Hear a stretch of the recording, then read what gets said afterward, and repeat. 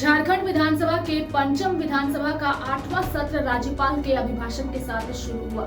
आइए नजर डालते हैं राज्यपाल के अभिभाषण पर। सरकार द्वारा पिछले 2 वर्षों में जमीनी स्तर पर किए गए सुधारों का ही परिणाम है कि अनेक क्षेत्रों में राज्य की रैंकिंग में अभूतपूर्व सुधार आया है। तो राज्यपाल ने अपने अभिभाषण में राज्य सरकार द्वारा की जा रही कामों की सराहना की और इसके साथ ही युवाओं के रोजगार का भी उन्होंने जिक्र किया। लेकिन राज्यपाल के अभिभाषण पर विपक्ष ने चुटकी ली है और इसके साथ ही विपक्ष के नेता ने राज्यपाल के अभिभाषण को झूठ का पुलिंदा करार दिया है। आइए सुनते हैं क्या कहा है विधायक सीपी सिंह और विरंची नारायण ने। हम लोगों ने महामहिम राज्यपाल के अभिभाषण में किसी भी तरह का टोका टोकी और विघ्न पैदा नहीं किया।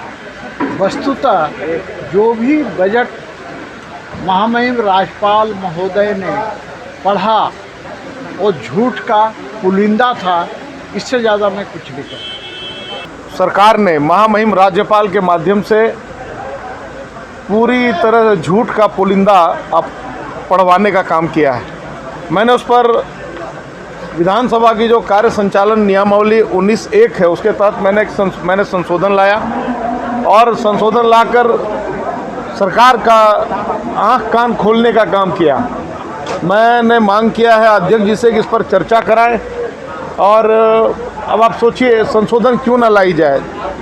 वहीं दूसरी तरफ सरयू राय ने भी राज्यपाल के अभिभाषण पर सवाल खड़े किए हैं। आइए सुनते हैं क्या कहा है सरयू राय ने। देखिए, राज्यपाल महोदय के अभिभाषण में हमें उम्मीद थी कि नीतिगत बातों पर भी जोर रहेगा और यह राज्य आगे बढ़ेगा, किस तरह से बढ़ेगा और उसकी एक दीर्घ अवधि का दृष्टिकोण रहना चाहिए था, एक अल्पकालीन दृष्टिकोण रहना चाहिए था। तो इसका अभाव है केवल सरकार ने जो कुछ कार्यक्रम किए हैं उनका उल्लेख है, मगर उन कार्यक्रमों से यह राज्य कितना मजबूत हुआ, यहाँ की जनता कितना सशक्त हुई है, राज्य की प्रशासनिक व्यवस्था, आर्थिक व्यवस्था कैसे सुदृढ़ हुई है, इसकी कोई विवेचना नहीं है। वहीं विपक्ष द्वारा राज्यपाल के अभिभाषण पर सवाल उठाने को लेकर मंत्री मिथिलेश ठाकुर काफी नाराज दिखे और उन्होंने क्या कहा वो भी आपको सुनाते हैं। तो विपक्ष उसको साबित करे ना, विपक्ष को मौका है, उस पर तो बहस का समय रखा गया है। विपक्ष को जब सर्वदलीय बैठक होती है सदन को सुचारू रूप से चलाने के लिए, तब विपक्ष उसका बहिष्कार करती है। तो राज्यपाल महोदय के अभिभाषण पर भी तो चर्चा होगी और उस पर विपक्ष अपनी बातें रखे। 4 घंटे का समय दिया गया।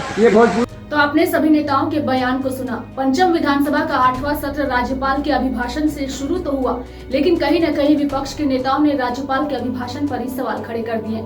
अब देखने वाली बात होगी कि यह विधानसभा का बजट सत्र कितना हंगामेदार होता है और आने वाले समय में सत्र के अंदर क्या कुछ हमें देखने को मिलता है।